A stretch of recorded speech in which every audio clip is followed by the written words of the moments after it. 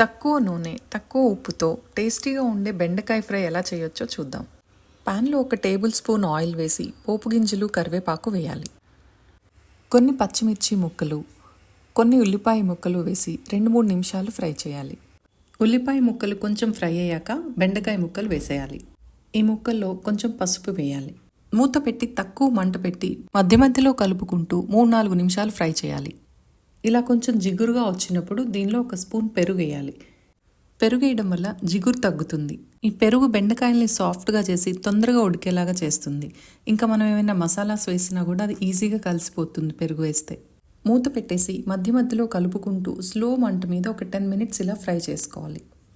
బెండకాయ ముక్కలు ఇలా కరెక్ట్గా ఫ్రై అయిన తర్వాత నేచర్ మంత్ర ఆల్-ఇన్-వన్ కర్రీ పౌడర్ వేసి ఒకసారి కలిపేసి స్టవ్ ఆఫ్ చేసేయాలి.